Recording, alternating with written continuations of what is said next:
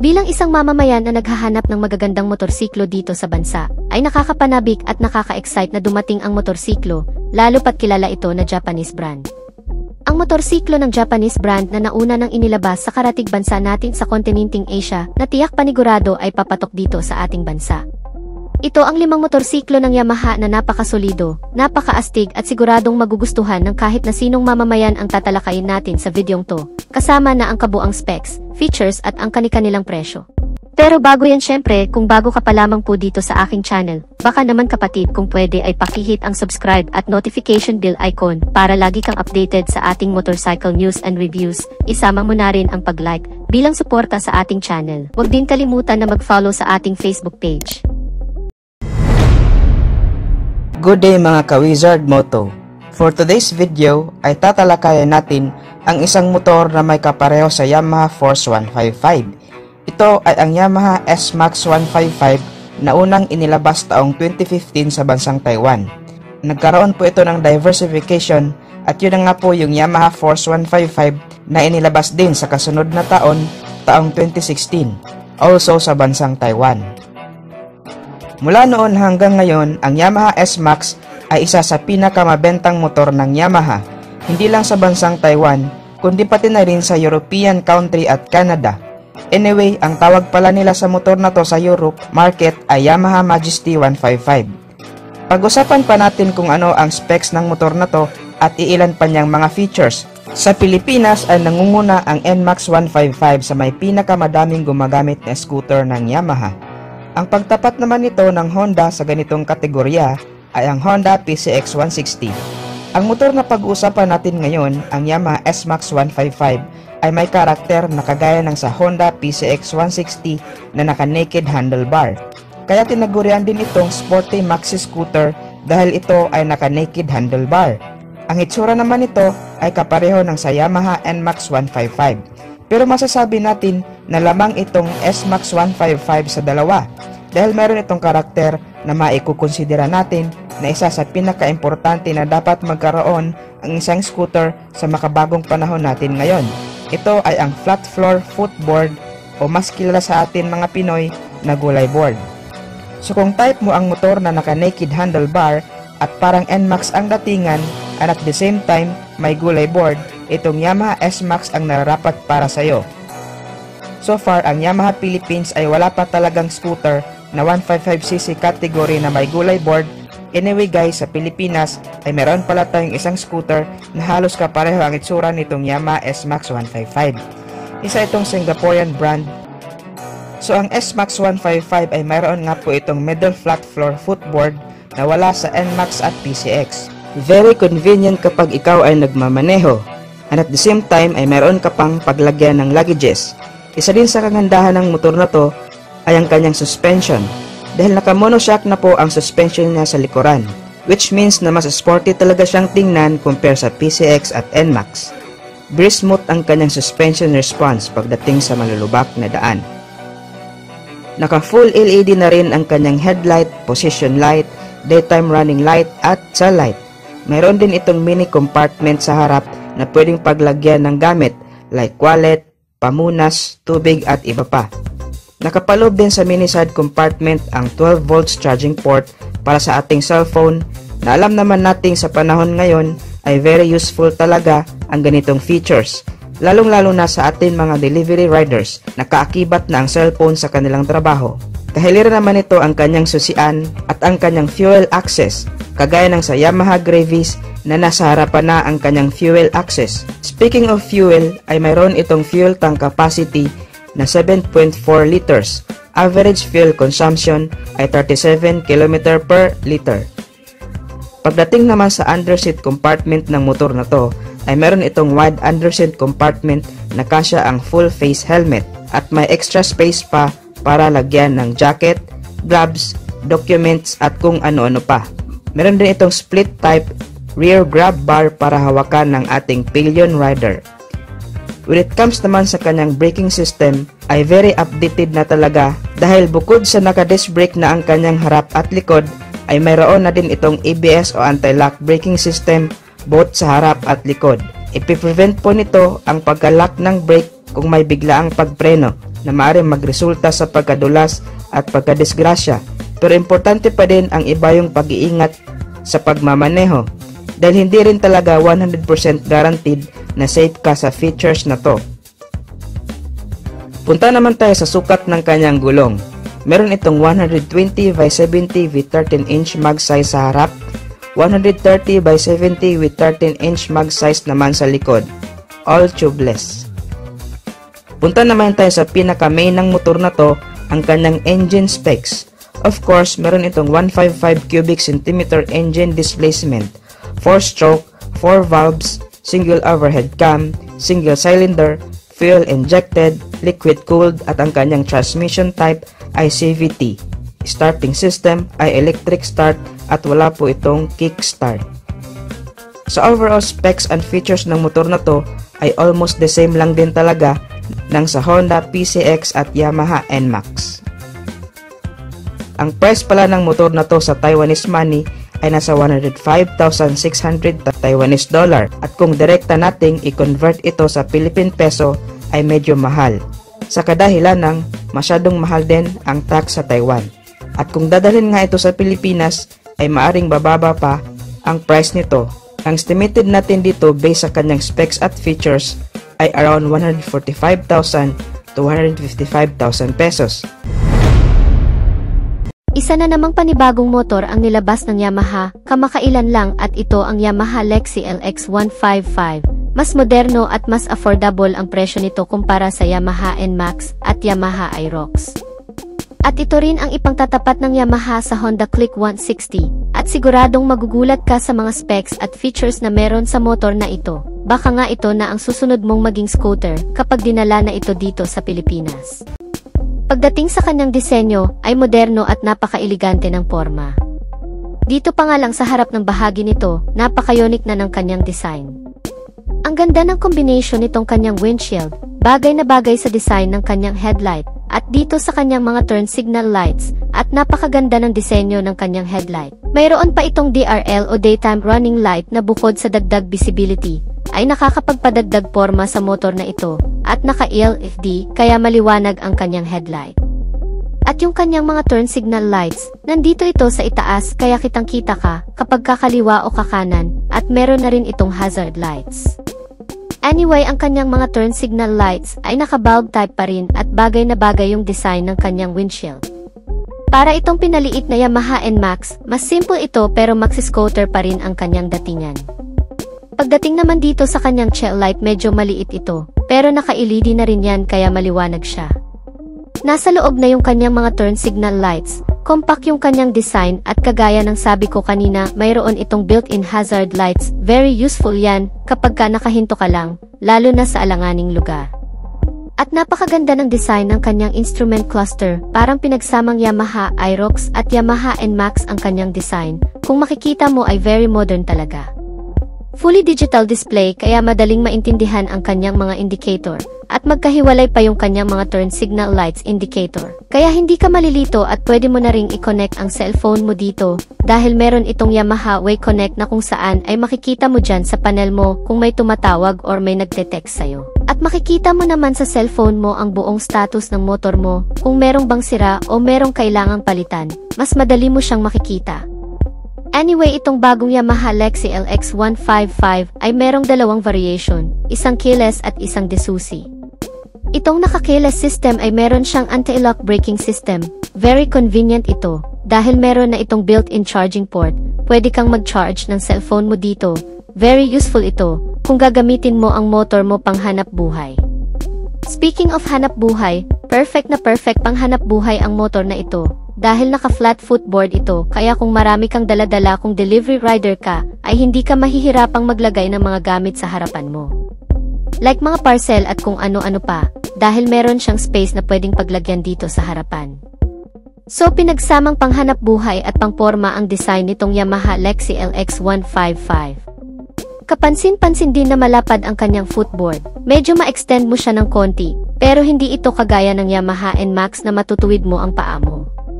Pagdating naman sa engine nito, the same lang din naman sa Yamaha NMAX at Yamaha Aerox. Meron itong 155 cubic capacity na engine displacement, liquid-cooled, single overhead cam, 4 valves. Naka-fuel injected na ito at power by Blue Core technology. At syempre meron din itong variable valve actuation. Ang compression ratio nito ay nasa 11.6:1. At ang kanyang maximum power ay 11.3 kW at 8,000 revolution per minute, with a maximum torque of 14.2 Nm of peak torque at 6,500 revolution per minute. Mas lightweight na rin pala ang scooter na ito dahil 116 kilos lang yung standard version at 118 kilos naman yung anti-lock braking system na version. At dahil fuel-injected and powered by Blue Core technology na ang scooter na ito, ay matipid ito sa gasolina. Kumokonsumo lang ito ng 45 to 50 km per liter. Medyo maliit nga lang din ang kanyang fuel tank capacity na meron lamang 4.2 liters, parang pang 125 cubic capacity lang, at nandito lang din yung kanyang fuel tank sa ilalim ng kanyang upuan, kaya medyo nakompromiso yung space ng kanyang underseat compartment. Mayroon lang itong 18 liters, medyo maliit lang talaga at hindi dyan kasya ang isang full face helmet, pero makakapaglagay ka na rin ng mga importanteng gamit mo dito. Maganda yung design ng kanyang upuan, malapad ito, kaya komportable ka rin sa mahabang biyahe, at ang seat height naman nito ay 770mm lang kaya perfect na perfect talaga sa may mga average na height. Pagdating naman sa mga gulong nito, ang sukat ng kanyang gulong sa harapan ay 90 by 90 by 14, sa likod naman ay 100 by 90 by 14. Sa braking system naman ay naka-disc brake sa harapan at naka-drum brake sa likuran. At kagaya ng sabi ko kanina, yung Ease version ay meron siyang anti-lock braking system, pero single channel lang sa harapan lang ito, dahil nga naka-drum brake lang din ang kanyang likuran. Dito naman sa kanyang mga suspensions ay naka-telescopic fork sa harapan, at naka-single shock naman dito sa likuran. Pagdating naman sa presyo nito, wala pa tayong konkretong detalye sa magiging presyo nito dito sa Pilipinas. Pero kung i-convert natin yung kanyang presyo galing sa Indonesia, ay magiging 107,999 pesos lang ang anti-lock braking system na version. Inilabas ang bagong modelo ng Yamaha X-Force 155 sa Japanese market kamakailan lang, ang pagsibol ng makabagong henerasyon ng isang motorsiklo na kung saan ay ipinapakilala na may makabagong youthful design na kalakip ay makabagong features na para sa mga kabataan ngayon.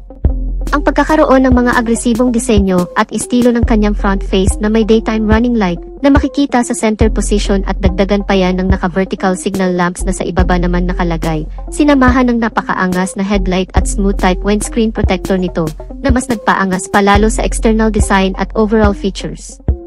At ang pagiging convenient naman ito ay hindi rin nawawala sa pagkakaroon naman ng flat footboard o gulay board na tinatawag. Unlike kasi sa ibang unit ng Yamaha, tulad na lamang ng Yamaha Aerox, Yamaha NMAX na may central spine na lagayan ng gasolina, so ang kagandahan naman ng motorsiklong ito ay magkakaroon ka pa ng space na pwedeng paglagyan ng mga gamit o bagay na hindi nakasya sa kanyang compartment storage, at samahan pa yan ng comfortable seats platform na may makapal na foam na parang nakaka-relax namang tingnan.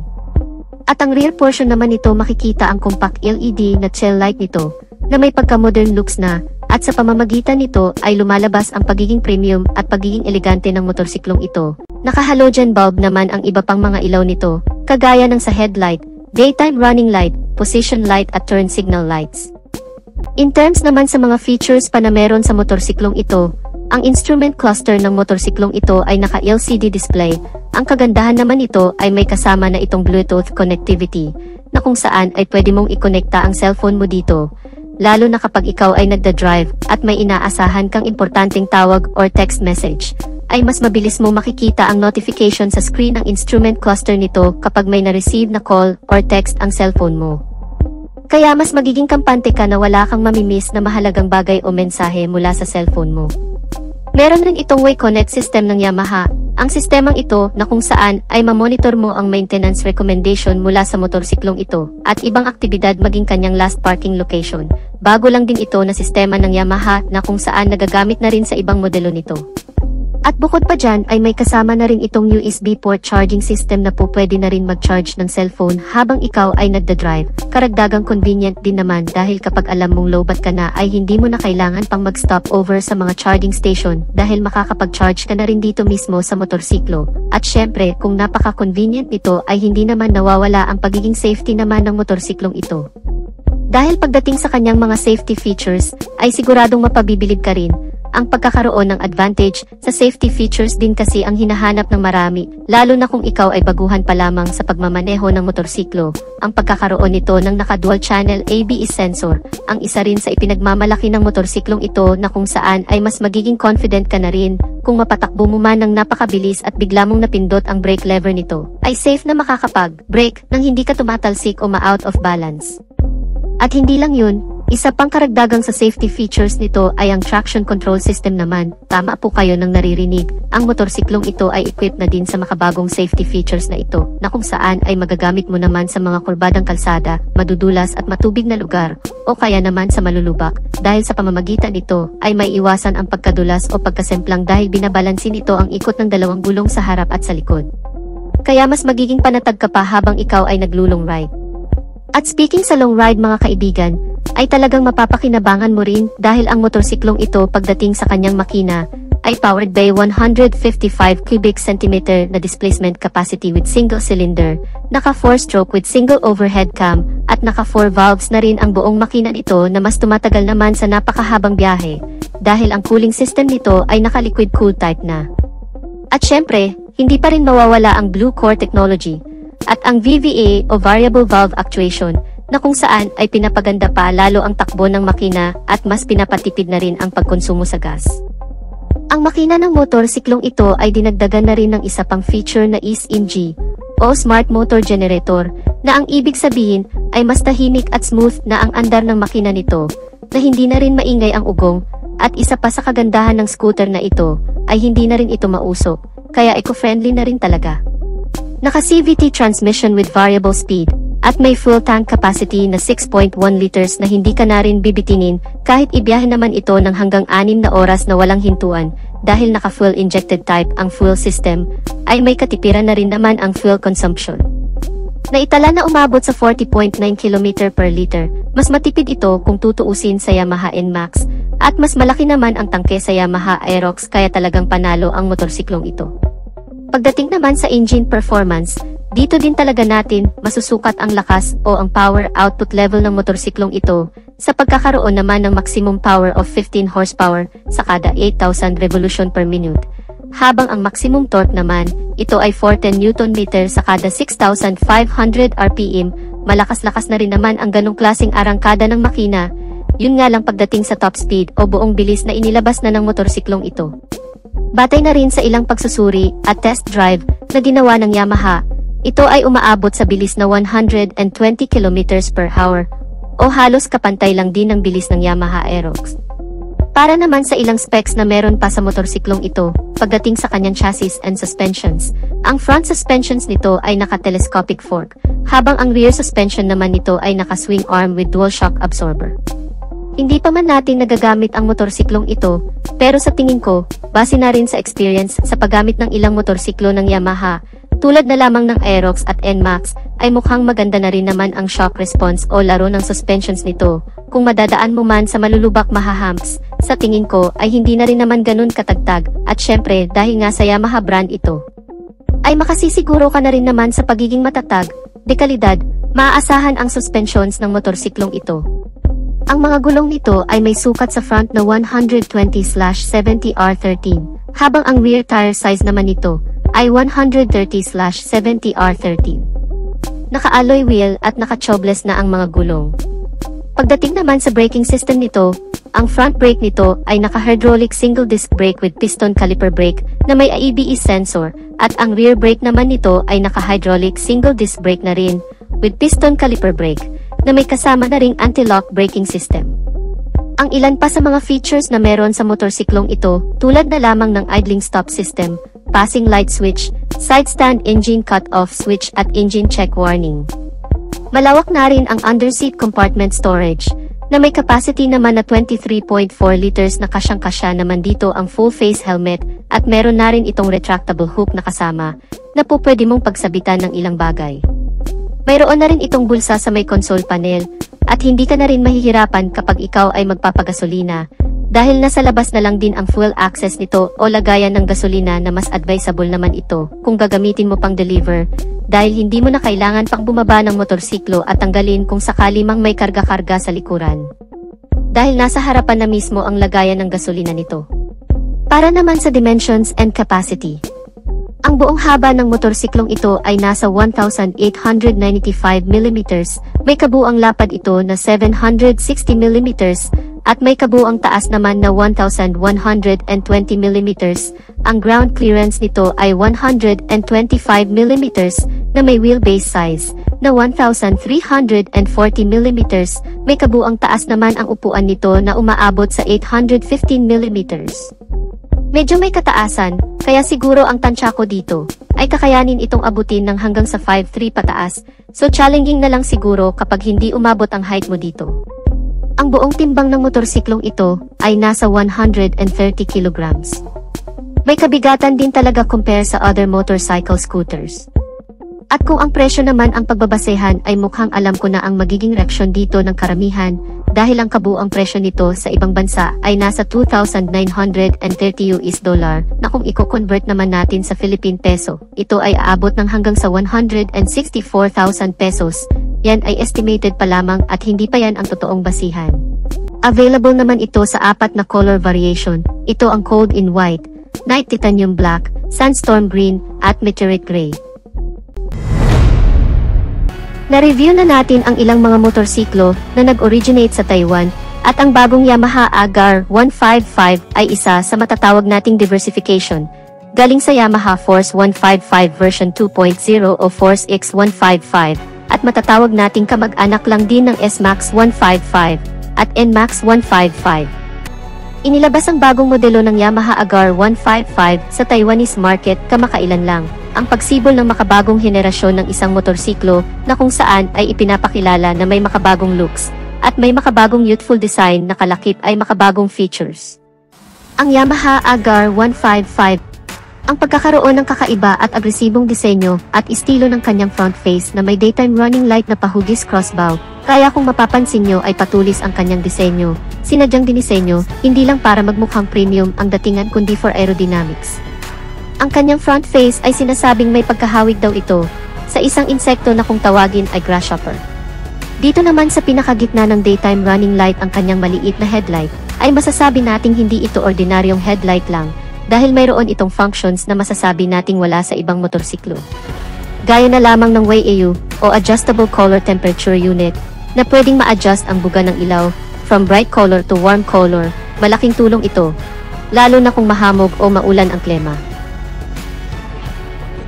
Pangalawa ay meron na din itong WALLA o Yamaha Lane Light Assist.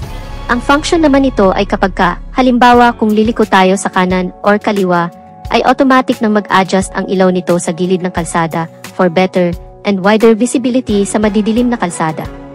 So masasabi natin ngayon na small but very useful at kakaiba ang makabagong headlight ng scooter na ito. Nakadugtong naman ang mga signal lights nito sa lower part ng DRL at meron din itong built-in hazard lamps. Ang pagiging convenient naman ito ay hindi rin nawawala sa pagkakaroon naman ng flat footboard o gulay board na tinatawag. Unlike kasi sa ibang unit ng Yamaha tulad na lamang ng Yamaha Aerox, Yamaha NMAX na may central spine na lagayan ng gasolina, ang kagandahan naman ng motorsiklong ito ay magkakaroon ka pa ng space na pwedeng paglagyan ng mga gamit o bagay na hindi nakasya sa kanyang compartment storage, at samahan pa yan ng comfortable seats platform na may makapal na foam na parang nakaka-relax namang tingnan. At ang rear portion naman nito makikita ang compact LED na tail light nito na may pagka-modern looks, at sa pamamagitan nito ay lumalabas ang pagiging premium at pagiging elegante ng motorsiklong ito. Naka-full LED na rin ito kasama ng iba pang ilaw nito, ang headlight, daytime running light, mga turn signal lamps, at parking light nito ay wala ka nang poproblemahin na baka mapundi ang bulb nito dahil nga sa naka-LED lighting system na ito. In terms naman sa mga features pa na meron sa motorsiklong ito, ang instrument cluster ng motorsiklong ito ay very wide na naka-LCD display at colorful display. Ang kagandahan naman nito ay may kasama na itong Bluetooth connectivity, na kung saan ay pwede mong ikonekta ang cellphone mo dito, lalo na kapag ikaw ay nagda-drive at may inaasahan kang importanteng tawag or text message, ay mas mabilis mo makikita ang notification sa screen ng instrument cluster nito kapag may na-receive na call or text ang cellphone mo, kaya mas magiging kampante ka na wala kang mamimiss na mahalagang bagay o mensahe mula sa cellphone mo. Meron rin itong WayConnect system ng Yamaha, ang sistemang ito na kung saan ay mamonitor mo ang maintenance recommendation mula sa motorsiklong ito at ibang aktibidad maging kanyang last parking location, makapag-navigate ka rin sa dashboard nito. Bago lang din ito na sistema ng Yamaha na kung saan nagagamit na rin sa ibang modelo nito. At bukod pa dyan ay may kasama na rin itong USB port charging system na po pwede na rin mag-charge ng cellphone habang ikaw ay nagda-drive. Karagdagang convenient din naman dahil kapag alam mong lowbat ka na ay hindi mo na kailangan pang mag-stop over sa mga charging station dahil makakapag-charge ka na rin dito mismo sa motorsiklo. At syempre, kung napaka-convenient nito ay hindi naman nawawala ang pagiging safety naman ng motorsiklong ito. Dahil pagdating sa kanyang mga safety features, ay siguradong mapabibilib ka rin. Ang pagkakaroon ng advantage sa safety features din kasi ang hinahanap ng marami, lalo na kung ikaw ay baguhan pa lamang sa pagmamaneho ng motorsiklo. Ang pagkakaroon nito ng naka-dual channel ABS sensor, ang isa rin sa ipinagmamalaki ng motorsiklong ito na kung saan ay mas magiging confident ka na rin kung mapatakbo mo man ng napakabilis at bigla mong napindot ang brake lever nito, ay safe na makakapag-brake nang hindi ka tumatalsik o ma-out of balance. At hindi lang yun, isa pang karagdagang sa safety features nito ay ang traction control system naman. Tama po kayo nang naririnig, ang motorsiklong ito ay equipped na din sa makabagong safety features na ito, na kung saan ay magagamit mo naman sa mga kurbadang kalsada, madudulas at matubig na lugar, o kaya naman sa malulubak. Dahil sa pamamagitan nito ay may iwasan ang pagkadulas o pagkasemplang dahil binabalansin ito ang ikot ng dalawang gulong sa harap at sa likod. Kaya mas magiging panatag ka pa habang ikaw ay naglulong ride. At speaking sa long ride mga kaibigan, ay talagang mapapakinabangan mo rin dahil ang motorsiklong ito pagdating sa kanyang makina ay powered by 155 cubic centimeter na displacement capacity with single cylinder, naka 4-stroke with single overhead cam, at naka 4 valves na rin ang buong makina nito na mas tumatagal naman sa napakahabang biyahe dahil ang cooling system nito ay naka liquid cool type na. At syempre, hindi pa rin mawawala ang Blue Core technology at ang VVA o Variable Valve Actuation, na kung saan ay pinapaganda pa lalo ang takbo ng makina at mas pinapatipid na rin ang pagkonsumo sa gas.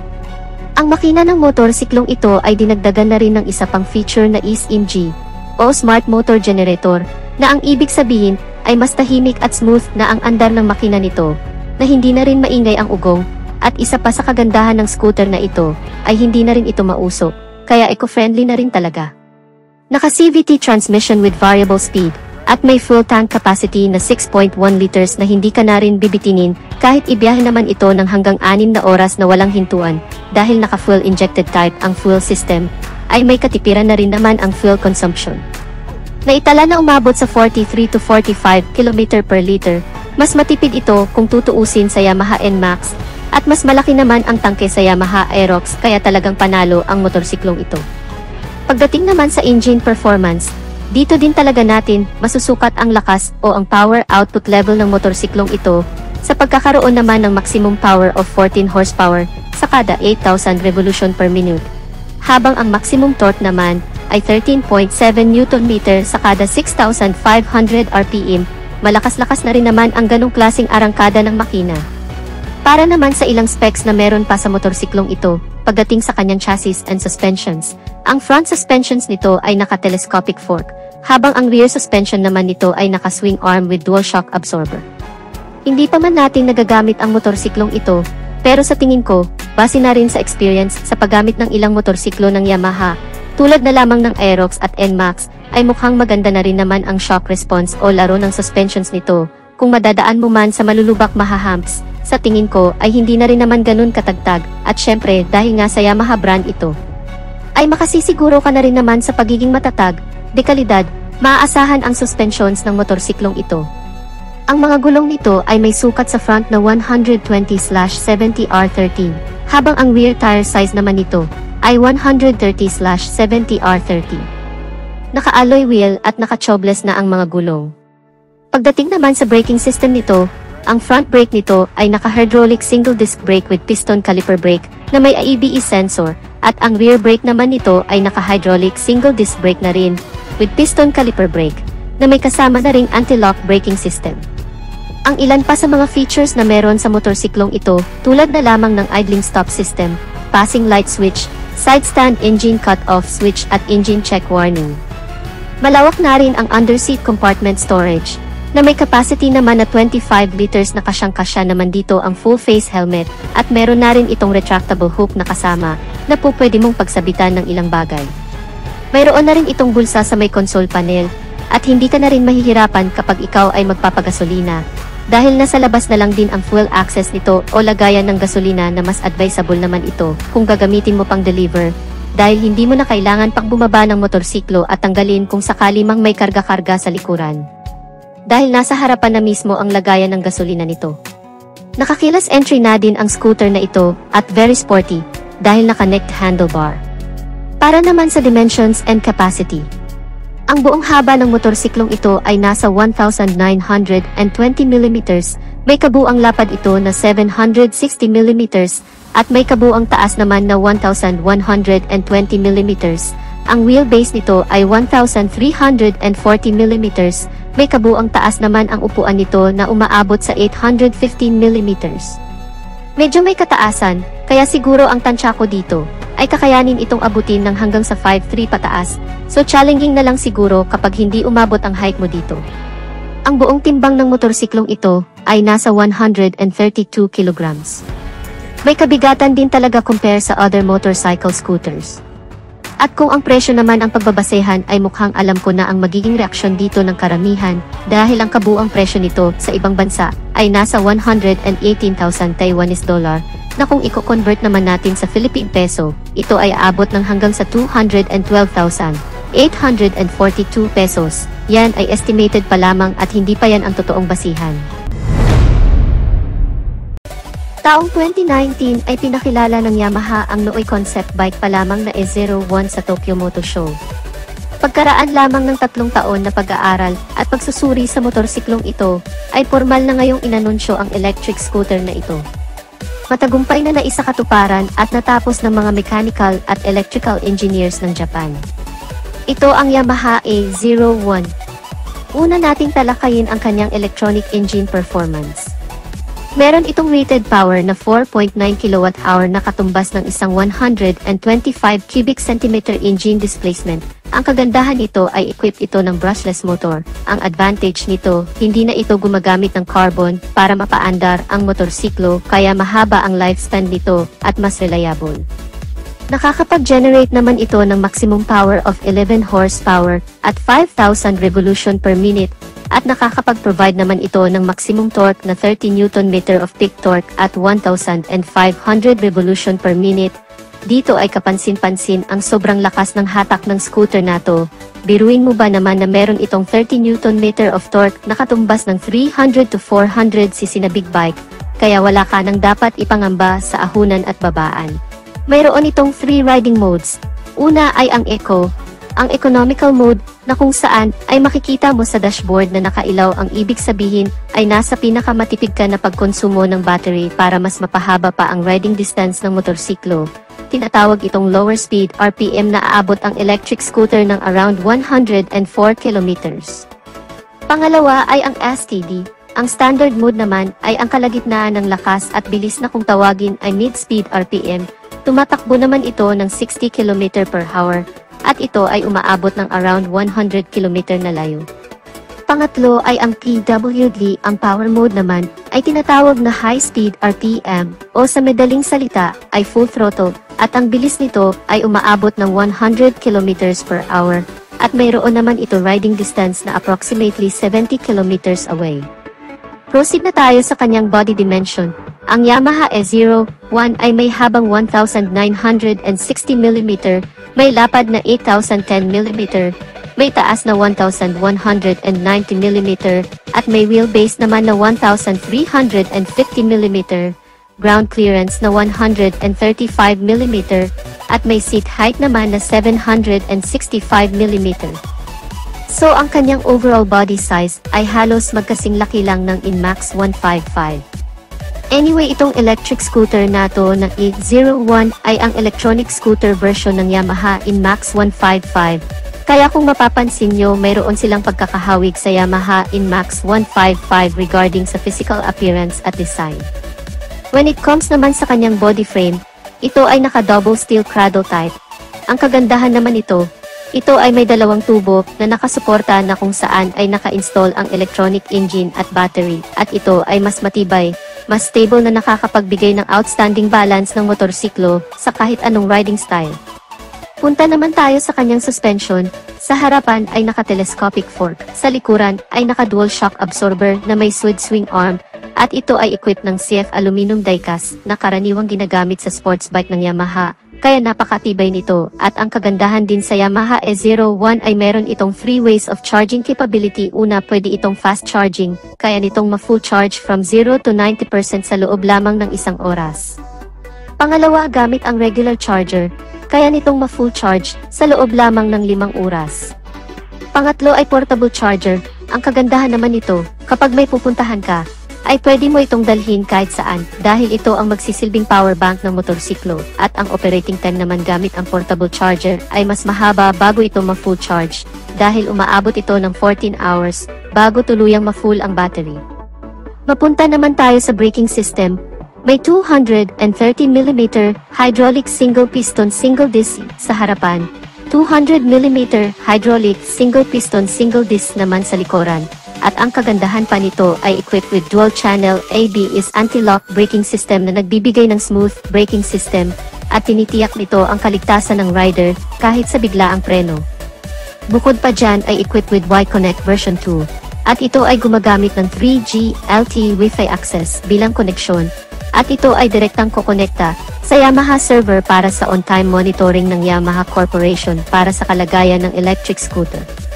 Ito naman ang makikita ng rider kapag nakakonect sa Wi-Fi gamit ang mobile phone gaya ng sumusunod: last parking location, driving distance, electronic engine damage notification, battery status ng electric scooter at remaining charging time ng battery, at marami pang iba. Pag-usapan naman natin ang sukat ng kanyang gulong. May 110/70-13 sa harap, 130/70-13 naman sa likod, all tubeless. Equipped rin ng TCS o traction control system ang motor nato na siyang nagpapanatili ng stable na pagtakbo ng motorsiklo. Pagdating sa cornering sa madudulas na kalsada ay very safe ito, dahil itinutugma nito ang pag-ikot ng mga wheels na naaayon sa bilis ng takbo ng motorsiklo para maiwasan ang pag-overlaps ng mga gulong nito. Talagang nakakamangha ang electric scooter nato, dahil lahat na ng magagandang features ay nandirito na, kaya sulit talaga ang Yamaha E01. Pagdating naman sa starting system, ito ay naka-electric start. Mayroon naman itong 23 liters of underseat compartment na nakadesign para sa kanyang portable charger, para sa long ride situation, at kung mamamalingki ka naman ay pwede mo na tong iwanan sa bahay. Meron na rin itong built-in USB charging port sa harapan na kung saan ay pwede mong i-charge ang iba't ibang klase ng gadgets gaya ng cellphone. Pagdating naman ng additional safety features, ang electric scooter na ito ay equipped with smart keyless system na kung saan ay remote na lang ang ginagamit upang i-operate, kaya very safe laban sa magnanakaw at komportable kang hindi mananakaw. Ang kagandahan pa nito, ito ay equipped with belt drive transmission na nakakapagbigay ng less noise at smooth riding conditions.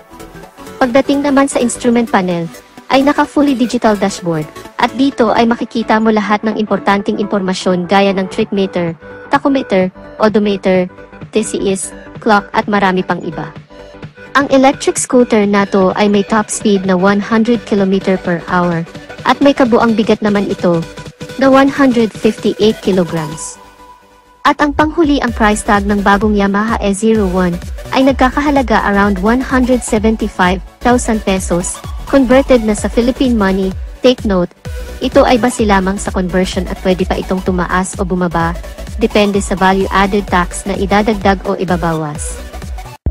So that's it mga ka-Wizard Moto, ang 5 astig na motorsiklo na galing sa hanay ng Yamaha na tiyak pananabikang makarating dito sa bansa, ang 5 scooter na pambato at pang-compete ng Yamaha sa iba pang motorcycle brand. Maasahan at subok na sa kalidad, ang brand na matagal ang pinagkakatiwalaan ng mga mamamayan. Kung bigyan lang sana tayo ng pagkakataong dalhin ito sa Pilipinas, ay tiyak papatok ito dito sa ating bansa. So dito na natin tatapusin ang ating video mga ka-Wizard Moto. Leave the comment kung ano ang masasabi mo sa 5 motorsiklo na tinalakay natin. At kung bago ka pa lang din sa ating channel, huwag kalimutang mag-subscribe. Pakihit na rin ang notification bell at like button. Maraming salamat, ride safe and may God bless us all.